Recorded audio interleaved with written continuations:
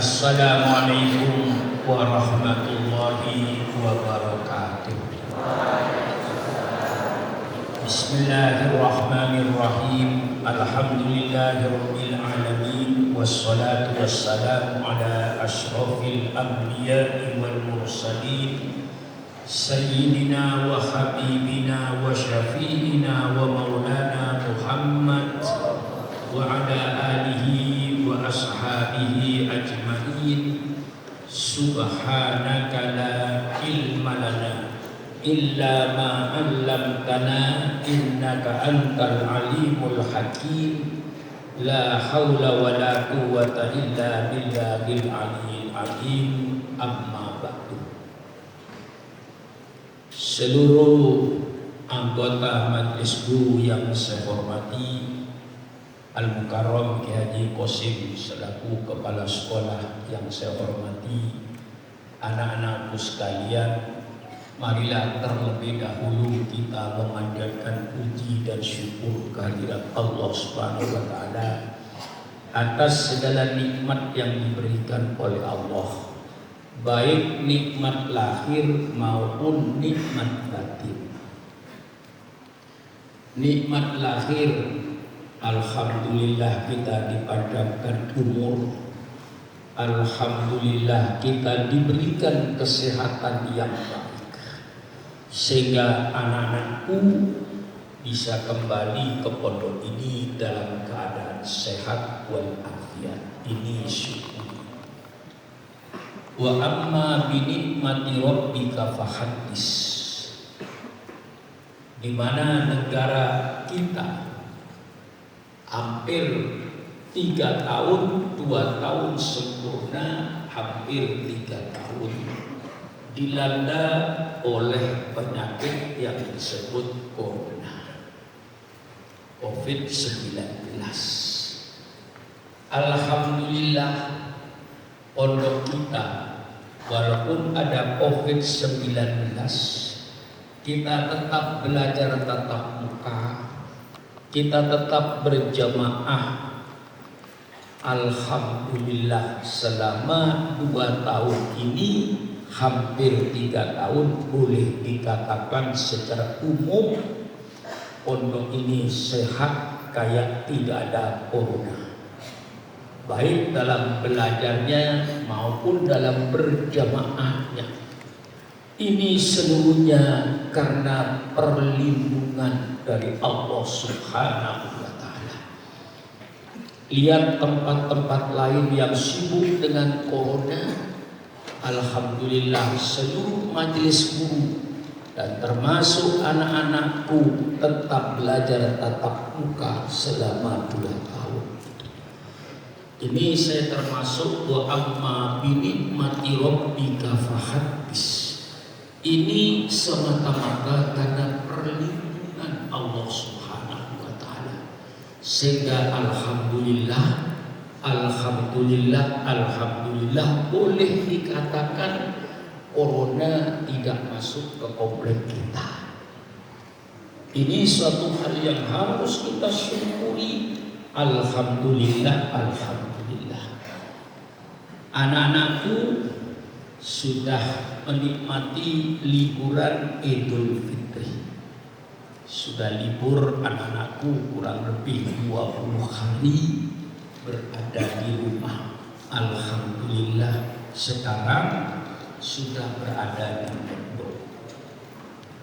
Saya harapkan semua anak-anakku memperbaharui niatnya.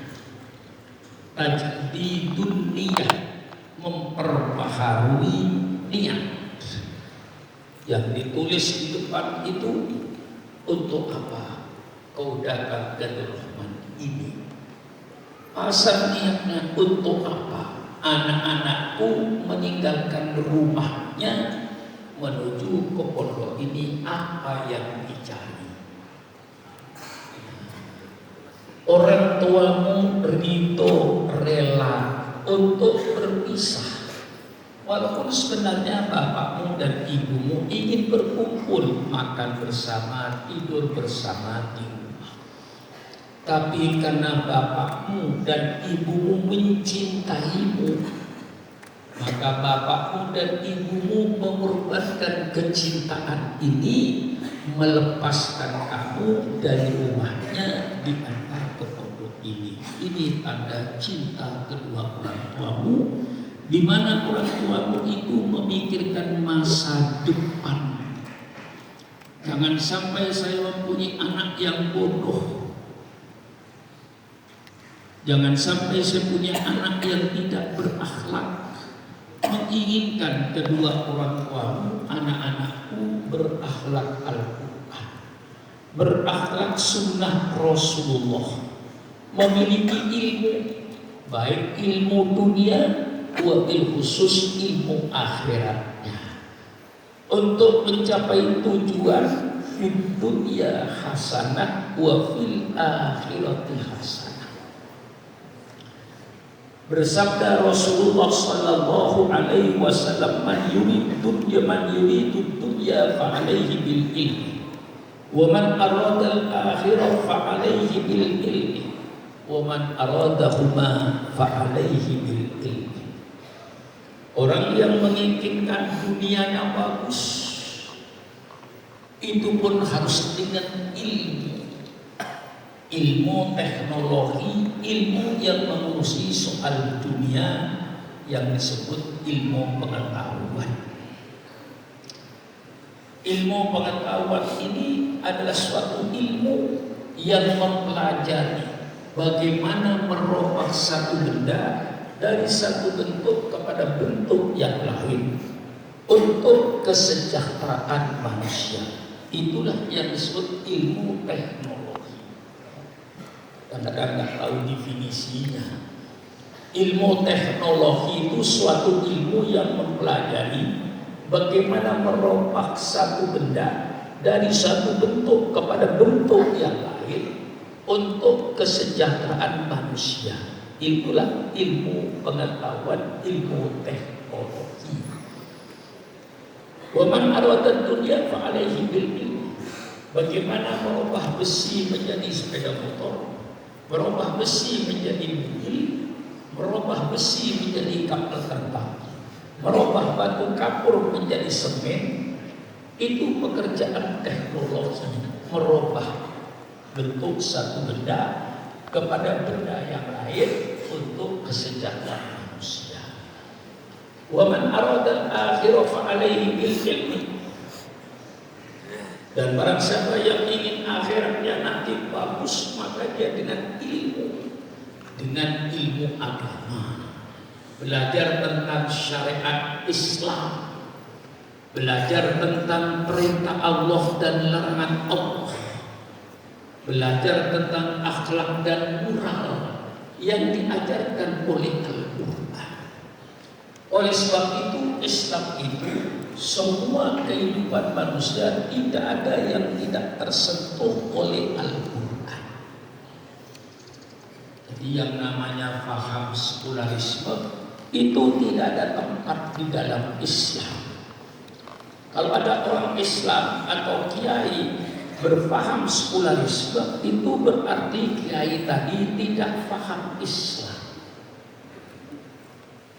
Islam ini tidak bisa dipisah dengan kehidupan manusia. Itu saya jelaskan kepada anak-anak. Islam berbicara tentang rumah tangga, mulai akad nikahnya sampai kehidupan rumah tangganya. Apa kewajiban suami, kewajiban istri, kewajiban anak, dan apa haknya suami, haknya istri, dan haknya anak. Hak dan kewajiban itu dijelaskan di dalam Islam. Kalau ditanya mengapa Islam itu berbicara tentang rumah tangga, agar semua anggota rumah tangganya, dari suami, istri, anak, dan pembantu rumah tangganya bermoral, berakhlakul karimah. Tidak banyak dalilnya, kalau ditanya orang, mengapa Islam bicara soal bermasyarakat, ber-RT, ber-RW, dengan diuraikan panjang lebar dalam Islam. Maka yu'minu billahi wal yaumil akhir falyukrim jarahu. Masih banyak lagi ayat-ayat bermasyarakat wa ta'awanu 'alal birri wat taqwa. Masih banyak lagi cara bermasyarakat wala tajassasu, dan seterusnya dan seterusnya. Mengapa Islam berbicara tentang ber-RT, ber-RW, bermasyarakat? Supaya anggota masyarakatnya itu orang-orang yang bermoral. Alangkah indahnya suatu kampung, suatu desa yang mereka melaksanakan syariat Allah dalam ber-RT, ber-RW, sehingga mereka anggota masyarakatnya terdiri daripada orang-orang yang bermoral, orang-orang yang berakhlak. Itulah sebabnya Islam berbicara dalam segala lapangan kehidupan. Mengapa Islam berbicara tentang ekonomi? Jawabnya satu, innama bu'itsu liutammima makarimal akhlak. Supaya pelaku ekonomi ini orang-orang yang berakhlak, orang-orang yang bermoral. Jangan sampai pelaku ekonomi itu orang-orang yang bermental preman, bermental bajingan, sehingga pasti akan merugikan konsumennya. Dijelaskan syariat Islam dalam berekonomi, baik dalam kitab fikih seperti Fathul Qorib, Fathul Mu'in, mulai babul baik, babul syirkah, babul hawalah. Ada yang baca babul hiwalah, babul qardi, ada yang baca babul qirat. Masya Allah. Sampai pada babul salam tentang pemesanan barang.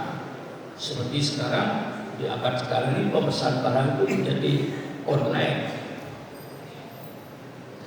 Bagaimana dalam hukum Islam bicara online itu halal boleh, tapi dengan syarat jangan membayar kecuali barang sudah diterima, sehingga tidak timbul penipuan.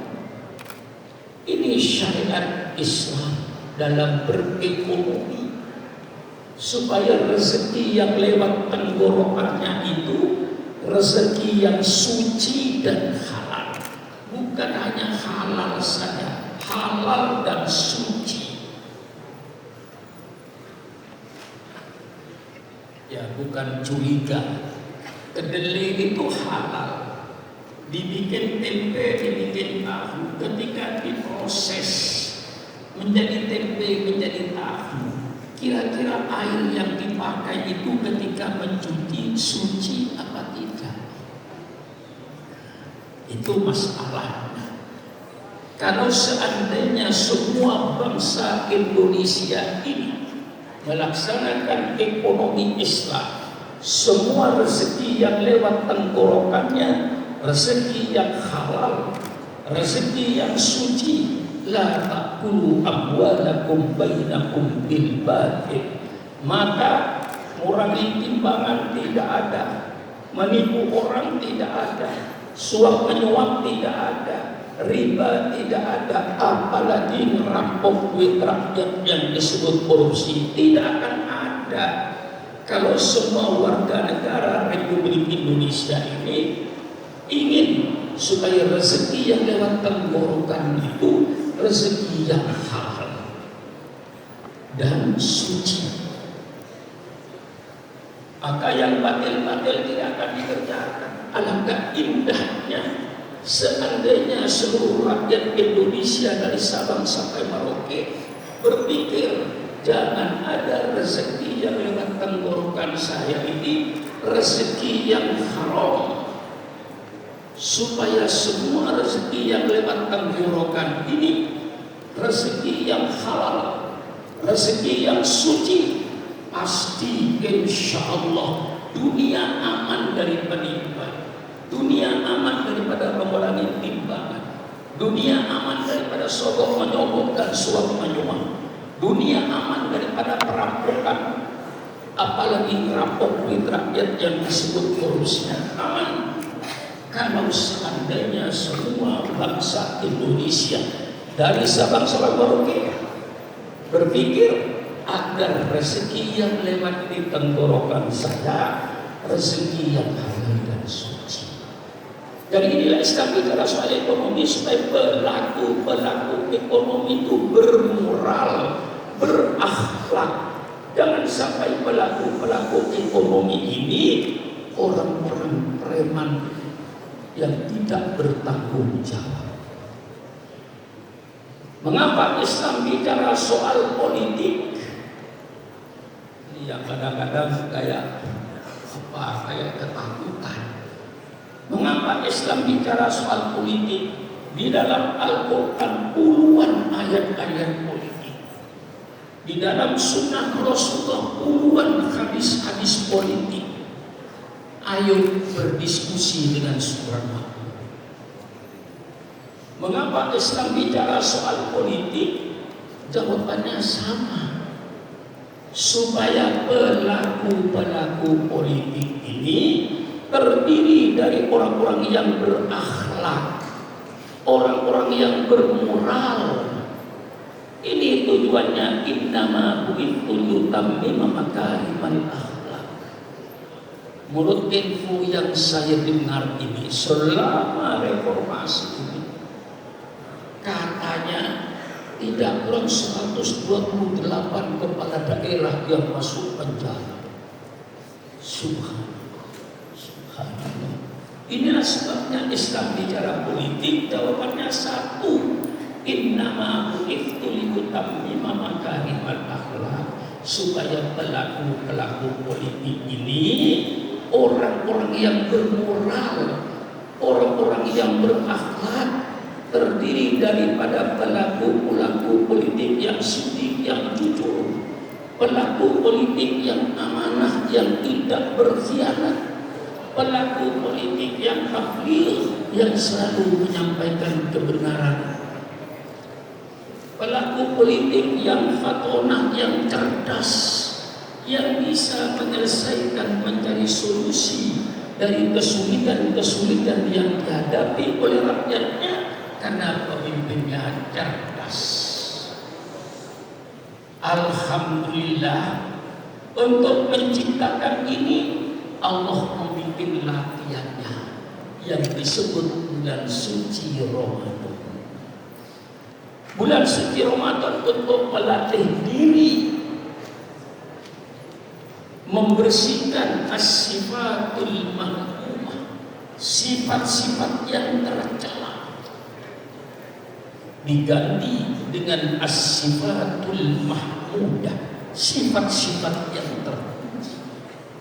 Penyakit-penyakit rohani hilangkan, khususnya pada bulan suci Ramadan. Tapi banyak hal-hal yang salah kaprah. Bagaimana salah kaprahnya itu? Kawannya ditegur, jangan bohong bulan Ramadan. Nanti kalau mau bohong, tunggu bulan Syawal. Ini logika yang tidak benar. Jujur, kita bulan suci Ramadan. Kalau mau nggak jujur, nanti tunggu bulan Syawal. Tidak seperti itu. Jujur dalam bulan suci Ramadan sebagai latihannya untuk tetap jujur nanti di luar bulan suci Ramadan. Hilangkan sifat-sifat yang tercela, penyakit-penyakit rohani kita singkirkan. Sebagaimana kita menyingkirkan penyakit jasmani. Ada penyakit jasmani dan ada penyakit rohani. Kedua-duanya berbahaya. Tapi jauh lebih berbahaya penyakit rohani. Kalau penyakit jasmani hanya diderita oleh yang sakit, orang lain tidak merasakan. Tapi kalau penyakit rohani merusak dirinya, bahkan merusak bangsa, merusak negara karena penyakit rohani. Tidak mungkin saya contohkan semua. Tapi saya contohkan sedikit aja di antaranya, misalnya penyakit serakah. Penyakit pertama, orang yang tidak pernah bersyukur dengan apa yang diberikan oleh Allah, tetapi dia selalu mengharapkan sebagaimana diberikan kepada orang lain. Itu orang serakah, orang tamak, orang rakus. Hubbud dunya ra'su kulli khati'atin. Hadis Rasulullah bahwa segala bencana-bencana yang terjadi itu akibat sifat serakah dan tamak. Penyakit ini hingga pada siapapun saja berbahaya.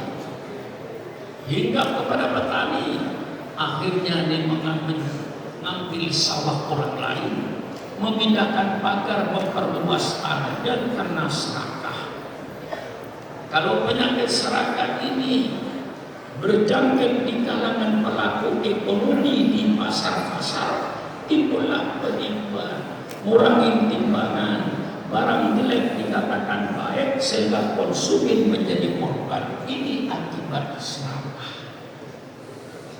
Berbahaya lagi kalau sifat serakah ini berjangkit di kalangan pejabat-pejabat negara. Sudah dipilih dengan biaya yang mahal.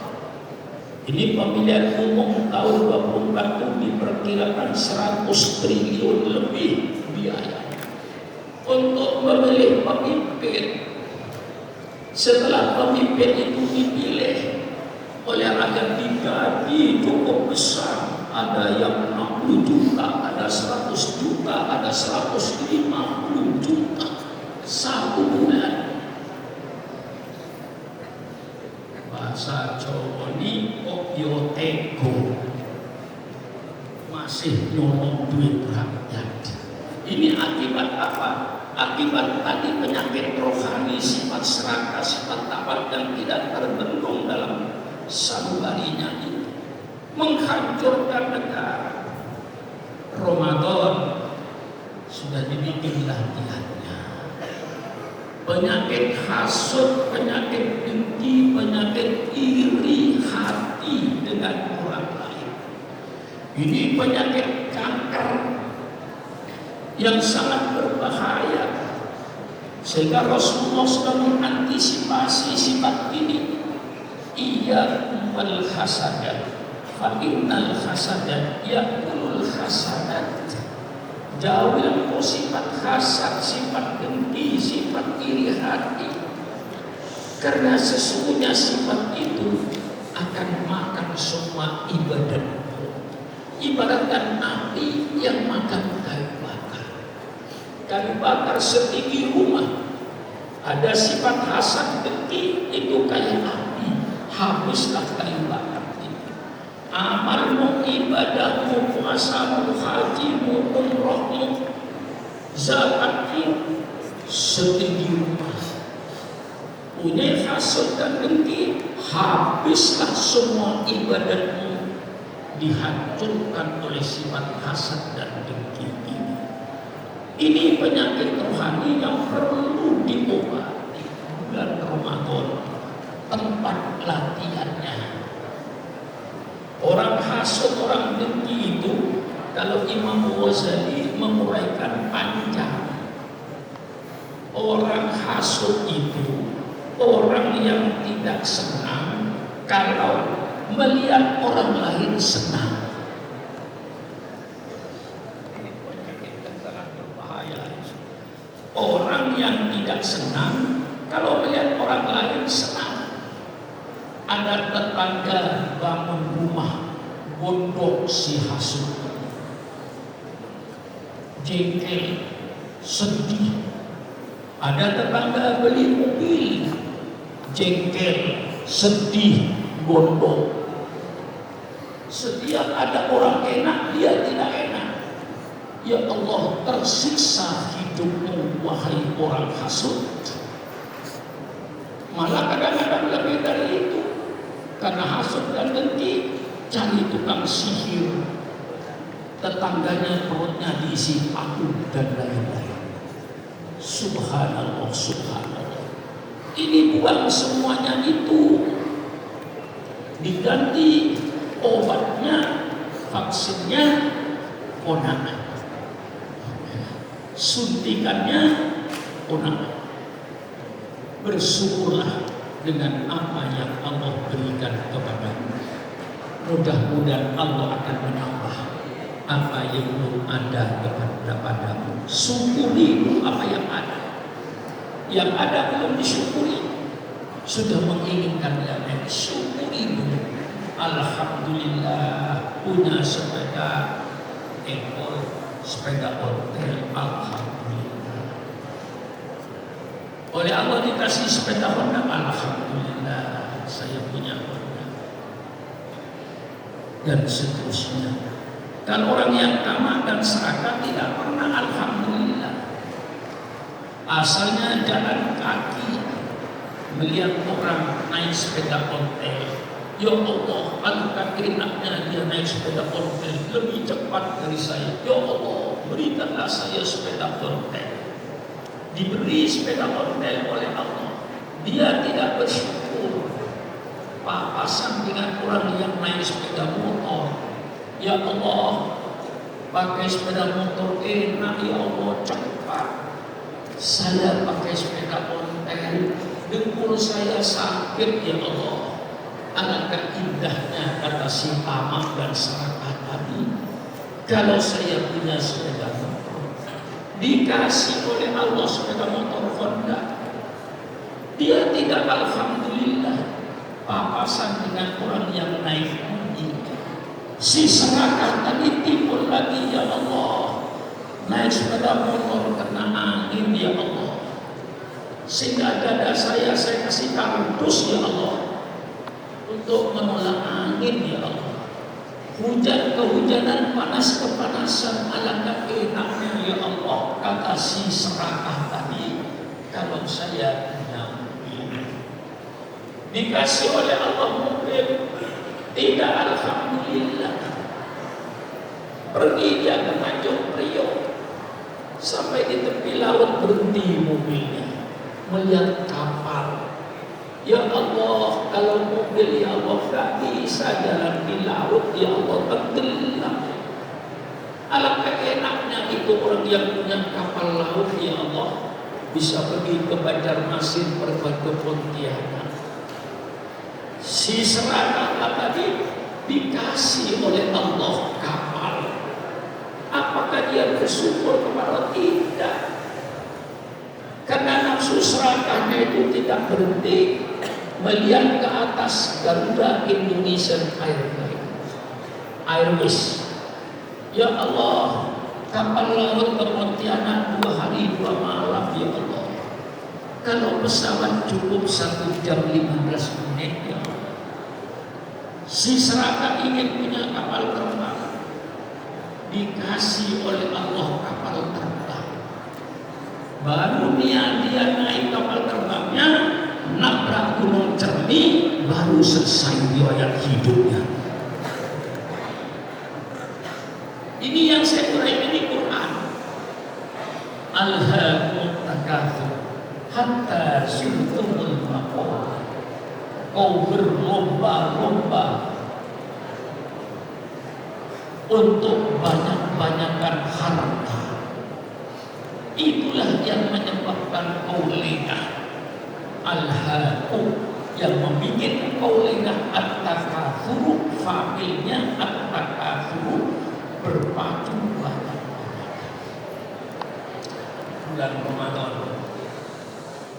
masih banyak lagi sifat-sifat ini, tapi cukup 2 ini sebagai contoh penyakit rohani. Singkirkan bulan Ramadan, anak-anakku serang kembali ke pondok. Kaya mungkin waladat umum. Orang yang berpuasa Ramadan dengan arti kata yang sebenarnya, tanggal 1 Syawal ibaratkan bayi yang baru dilahirkan oleh ibunya, bersih, suci. Maka anak-anakku jaga kebersihan ini, jaga kesucian ini, jangan kau kotori lagi. Kau yang sudah bersih dicuci oleh bulan suci Ramadan. Namanya bulan suci Ramadan, tempat mencuci nafsu-nafsu, tempat mencuci sifat-sifat yang tercela. Keluar dari Ramadan, engkau bersih, suci. Sekarang kau tinggal menjaga kesucianmu, jaga kebersihanmu, jangan sampai dikotori oleh sifat-sifat yang tercela itu. Nah, kembali kepada dengan jiwa yang bersih, perbaharui niatmu. Hanya kesadaranmu lah, insya Allah, yang akan membawa keberhasilan. Bukan Pondok Darul Rahman yang membawa engkau berhasil. Ini cuma sarana saja. Berhasil atau tidak berhasilnya engkau di pondok ini tergantung kepada jiwamu sendiri, tergantung pada kemauanmu sendiri. Kalau kemauanmu kuat, saya di rumah akan belajar 100% saya belajar, tidak memikirkan yang lain. Semua pelajaran agama yang berbahasa Arab saya hafalkan semua. Mengapa dihafal pelajaran yang berbahasa Arab? Untuk memperbaiki bahasa Arabnya, sehingga kau betul-betul berbahasa Arab. Takallamu kama ra'aitum fil kutubil Arabiyyah. Iqra'ul Qur'an tsumma qallidu ma wajadtum wa ra'aitum fil Qur'an. Saya kasih tahu misalnya saya berjalan dengan Pak Kiai Kosim. Setelah berjalan jauh saya merasa haus dan lapar. Ambillah bahasanya Nabi Musa dalam Al-Quran. Laqad laqina min safarina hadza nasaba. Indahnya. Laqad laqina min safarina hadza nasaba. Wahai Kiai Kosim, mana makanan kita? Saya sudah payah dalam perjalanan. Laqad laqina min safarina hadza nasaba. Bagaimana saya tidak menyembah kepada Allah? Allah yang menciptakan saya dan kepadanya saya kembali. Wa ma liya la a'budullahi alladzi fatarani wa ilaihi turja'un. Alangkah indahnya kalau seandainya engkau meniru, dan tidak mungkin seperti Al-Quran meniru bahasanya Al-Quran. Masya Allah. Iqra'u as-sunnah. Karena setelah itu bahasa yang baik setelah Al-Quran, bahasanya hadis. Baik semua. Tiru bahasanya Rasulullah. Innamal a'malu binniyat wa innama likulli imrin ma nawa. Faman kanat hijratuhu ila Allah wa rasulih fa hijratuhu ila Allah wa rasulih.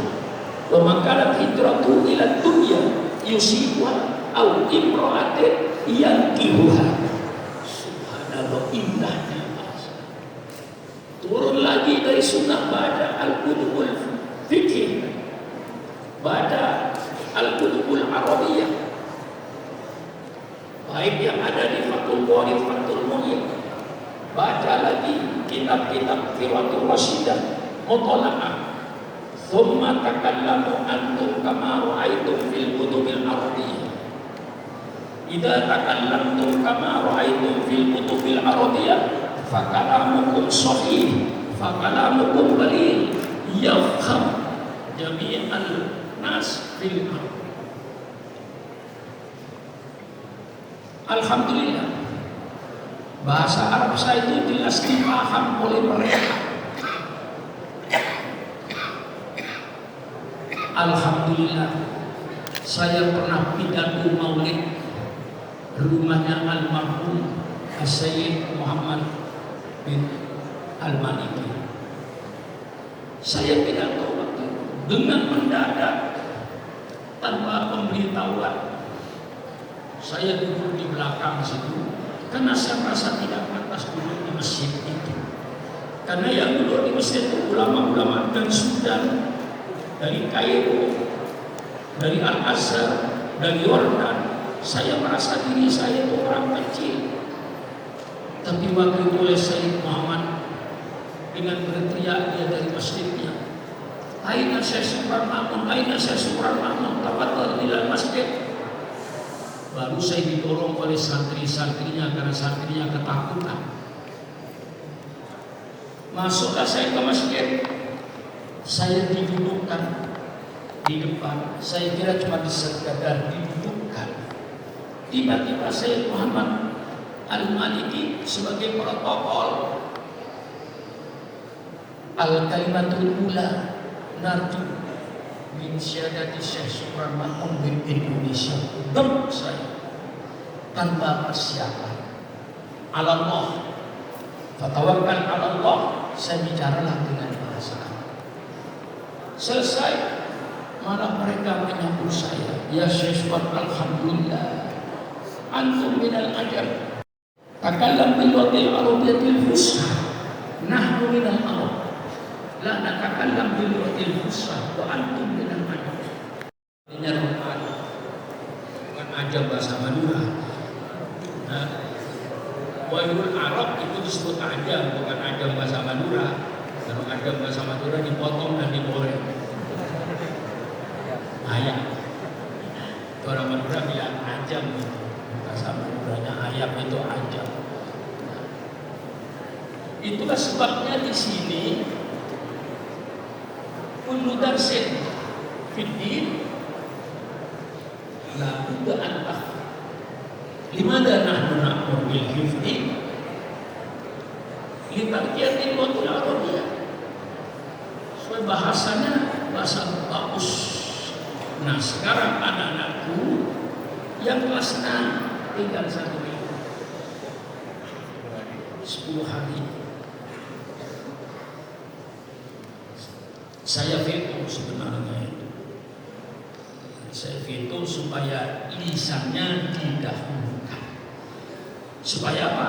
Waktu lisan itu masih ada waktu belajar untuk tahlil, yang itu nanti lebih luas. Kelas 6 tinggal 1 minggu. 1 minggu ini mulai besok pagi subuh belajar dengan saya, bawa kitab Mafhumu Tajdidin tiap hari. Yang lain sudahlah saya mauqufkan. Nah, Tajdid Mafhum Tajdidin bawa semua. 1 minggu ini saja setiap pagi. Lalu nanti anak-anakku menghadapi ujian. Seminggu ini konsentrasi anak kelas 6, utruk masih wadas. Jangan berpikir macam-macam, berpikir pusat kepada pelajaran. Yang tidak paham cepat tanya, yang harus dihafal supaya nanti engkau tanggal 1 Juli ibu dan bapakmu datang ke sini, engkau tersenyum, ibumu tersenyum, bapaknya tersenyum. Melihat anaknya tertulis mangkul mumtaz, mangkul jayyid jiddan, mangkul jayyid. Dalam mangkulnya ya sudah, daripada tidak makbul, cari dari mumtaz, jayyid tidak sampai jayyid. Usahakan olehmu, jangan sampai nanti tanggal 1 Juli bapakmu ibu datang ke sini, begitu berapa surat ibumu sedih, bapakmu sedih, kamu pun sedih. Apalagi dikatakan wairul mangkul, ibumu merasa rugi 1 tahun berapa juta. Itu baru materi. belum umur. 1 hari itu harganya mahal, 1 minggu itu harganya mahal. Al-waktu athman minad dahab, waktu itu lebih mahal daripada emas. Itu kamu pelajari, itu yang akan merugi selama 1 tahun, menyesal. Tapi ketika ibumu dan bapakmu melihat, apalagi Mumtaz Jayid dan Jayid, ibumu dan bapakmu akan berkata, tidak sia-sia keringat saya. Bapak dan ibumu memeras keringatnya menjadi duit, tidak sia-sia saya memeras keringat. Alhamdulillah anakku Jayid dan Mumtaz. Itu kamu pikirkan sekarang, supaya 1 Juli nanti terjadi, ibumu tersenyum, bapakmu tersenyum, dan bapakmu dan ibumu bersyukur, alhamdulillah anak saya lulus, tidak sia-sia saya memeras keringat, pergi ke pasar, pergi ke kantor, pergi ke pabrik. Ada yang bapakmu pergi ke sawah, terbakar pundaknya di sawah, tapi dia tersenyum, tidak sia-sia saya. Biarpun saya ke sawah, saya ke kantor, saya ke pabrik, saya tidak sia-sia. Alhamdulillah anak saya mampu Mumtaz Jayid dan Jayid. Setelah itu nanti anak kelas 1 sampai kelas 5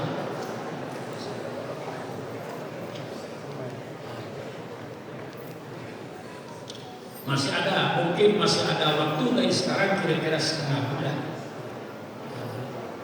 2 minggu. Pikiranmu jangan berpikiran lain-lain. Mulai sekarang anak kelas 1 sampai anak kelas 5, yang sering saya katakan, belajarlah kau hari ini seolah-olah besok pagi ujian. Kalau ini oleh santri Darul Rahman dipergunakan kata-kata saya ini, belajarlah kau hari ini seolah-olah besok pagi ujian. Insya Allah nanti semuanya nilainya Jayid bidar.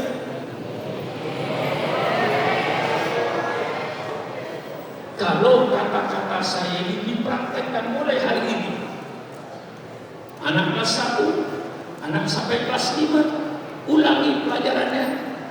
Mufradat mana yang tidak paham, cepat tanya.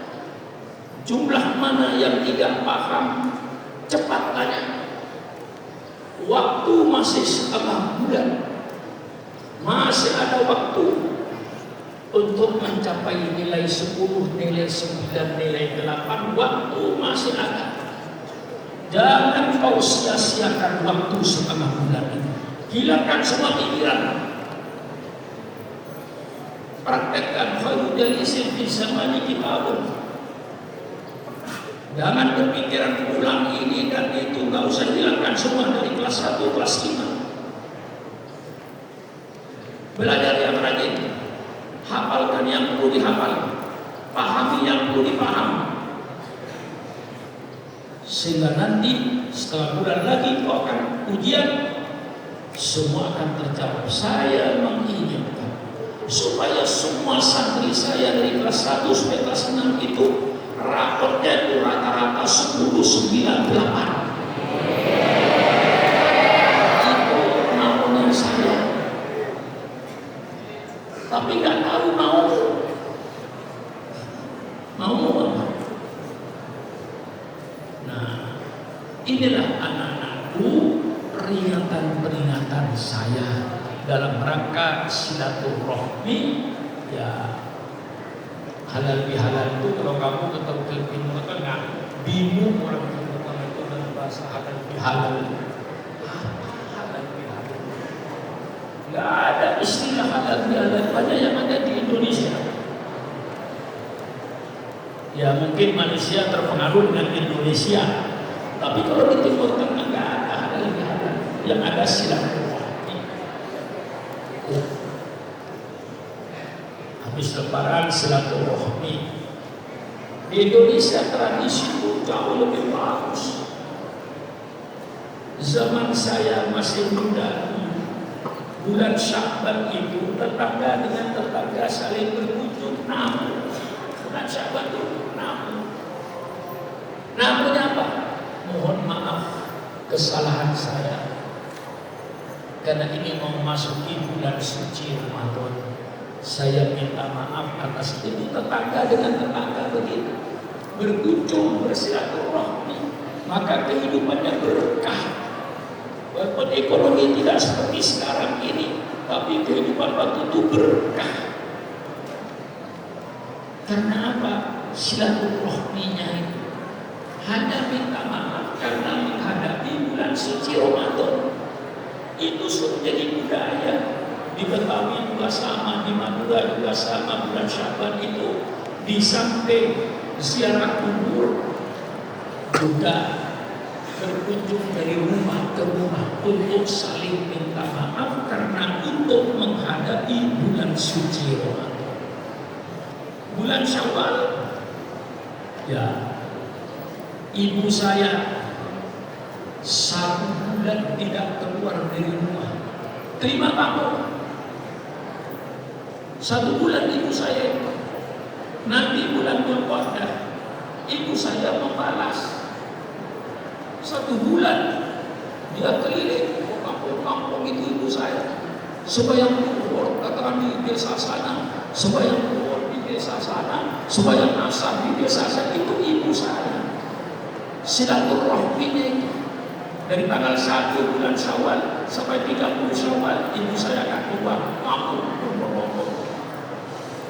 Sehingga waktu itu aku bapak menyediakan kue itu, ya Allah, kalau ibu saya bikin kue untuk lebaran itu 2 hari bikin kue, sampai 3 hari bikin kue itu nggak selesai. Nah, bulan betul puasanya ibu saya keliling. Kemarin dia datang ke rumah dibalas, datang lagi ke rumah dia. Silaturahmi itu kuat, padat. Betul-betul hadis itu bukan hanya dibaca. Man ahabba ayyub saqalahu fi rizqihi wa ayyub salahu fi athari falyasir rahimahu. Bukan hanya di mulutnya, dipraktekkan ketika lebaran. Masya Allah, itulah peradaban dulu yang sekarang mulai tergusur. Silaturahminya pakai WA. Semua orang yang sebetulnya pakai WA kepada saya tidak pernah saya balas. Kadang-kadang alumni juga pakai WA dengan saya. Gak ngerti silaturahmi. Iya, silaturahmi itu berkunjung face to face. Habis Ramadan, mari perbaharui lagi saling minta maaf. Nah, inilah silaturahmi. Barangkali inilah yang saya sampaikan kepada anak-anakku di dalam rangka silaturahmi pada hari ini. Sekian saya kira dari saya, kurang lebihnya saya ucapkan terima kasih kepada anak-anakku yang disiplin, yang kembali tepat waktu. Saya ucapkan terima kasih yang setinggi-tingginya sudah membantu disiplin pondok. Sekian, wassalamualaikum warahmatullahi wabarakatuh.